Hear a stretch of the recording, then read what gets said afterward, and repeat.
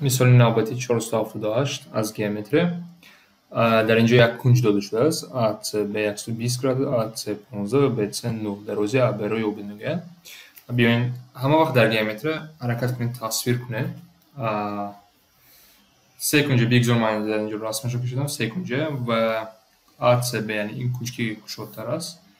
بگذار فکر کنم ACB برای چرخ کنم چون که اینجا 120 گرادوس داده شده است.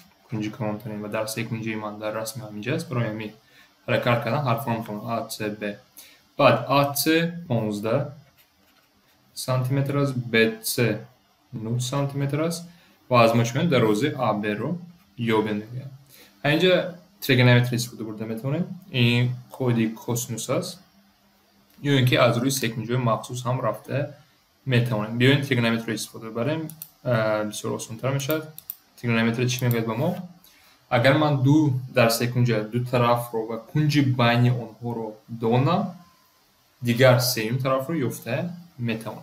یعنی فرمول چی بود؟ در اساس من دو طرف رو میدونم، این 15 و 9 و کنج بین اونها رو میدونم، سوم طرف رو یافته میتونم. و فرمول خیلی بود x کوادرات برابر است با 15 کوادرات جمع 9 کوادرات مینوس 2 ضرب 15 ضرب 9 ضرب کوسینوس 120 گرادوس.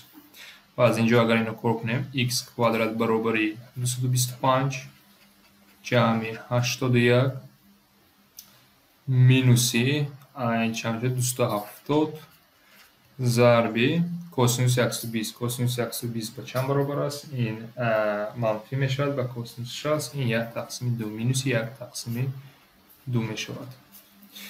و اگر این رو صدر کنیم چند میشود؟ این 270 تقسیم 2 135 میشود.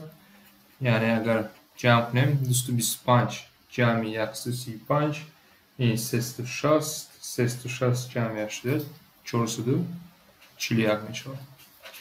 و 441 که آخر ناش یک است به فکر من از روی جواب ها گرویم.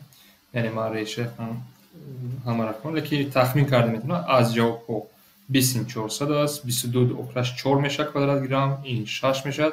جواب من 21 و 21 کوادرات رو 441 میشه. درست. یعنی از روی جواب ها رفتم برای تیزا کردم.